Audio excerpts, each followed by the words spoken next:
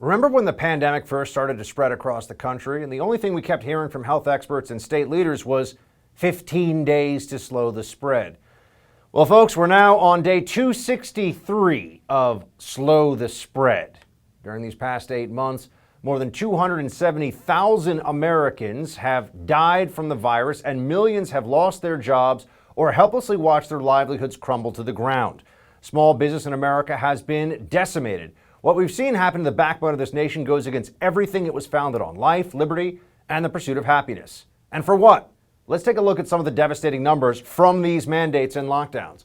Since March, more than 160,000 businesses nationwide have closed their doors, with more than half of those closed for good. The restaurant and retail industries have been hit the hardest. 61% of restaurants and 58% of shops have permanently closed their doors. Let that sink in. And remember, those aren't the Walmarts and Targets and Amazons. Those are the mom and pop shops in your towns that were forced to board up their storefronts because of government mandates.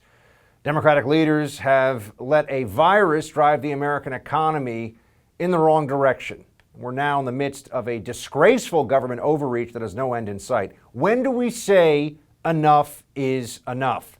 Joining me now is someone who understands the the pain that small businesses have been feeling. Founder and CEO of Black Rifle Coffee, Evan Hafer. Evan, good to see you.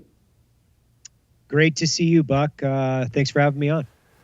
How are you and your fellow veterans that have founded businesses managing, whether it's a startup or just small businesses across the board? What's it been like during this year of the pandemic, trying to stay afloat and stay in business? It's difficult. I think that there's been a lot of shifts in the economy and people's purchasing behaviors. A lot of that has been driven to e-com or direct to consumer. So, there's been some companies, for instance, ours, we've been able to grow. So I've been able to hire a lot more veterans this year. I know for my peer group that they own different types of businesses that aren't necessarily easy to transport over to a direct to consumer type of business.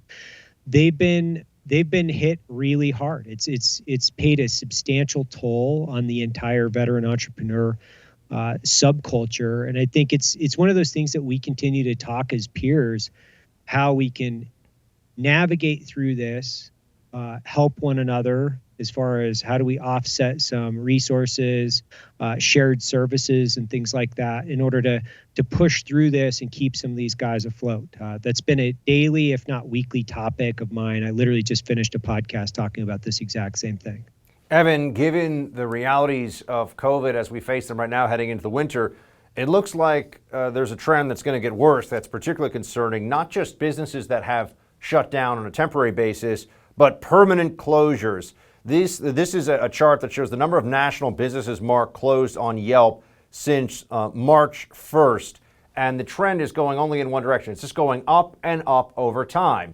What do you think should be done? I mean, is there more that the government, just in general terms, you don't have to get into which government, right, whether state, local, federal, but is there more the government should be doing across the board to try to help? Or is it just a question of they got to let these stores open up and everything else is going to be insufficient?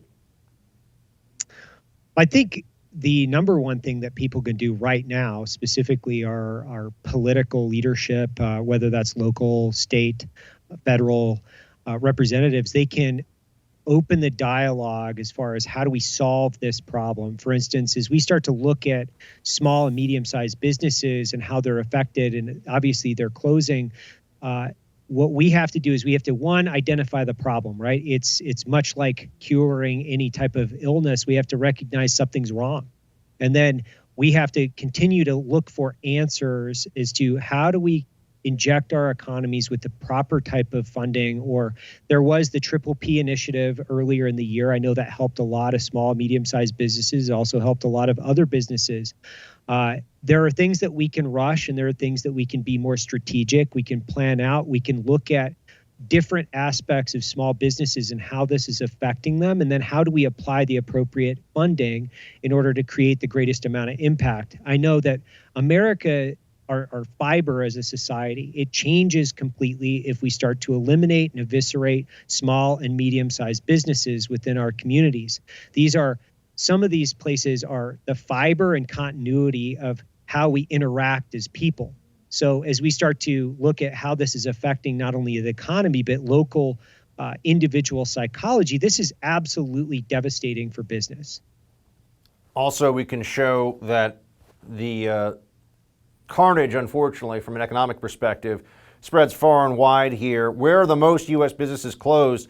It's Los Angeles, it's New York, San Francisco, Chicago, and a lot of those temporary closures are now switching. I mean, the trend is moving toward permanent because they could, and I'm sure as somebody who has to look at a profit and loss statement and make decisions about personnel and purchasing and hiring, Evan, that you can survive as a business for a few months, perhaps under a lockdown. But now it looks like this second wave, if we go into these extreme and somewhat arbitrary closures, could finish off a lot of these businesses that have just been struggling up to this point. There's literally no doubt. And I think the long tail effects in the economy is we start to look at permanent closures to businesses. How does that affect the real estate market? How does that affect the other tertiary businesses that quite possibly we aren't looking at today? But what does that look like 6 months, a year, 18, 24 months out? As we start to consolidate business, because that's ultimately what's happening, is you have two main retailers that are consolidating the majority of our consumer behaviors.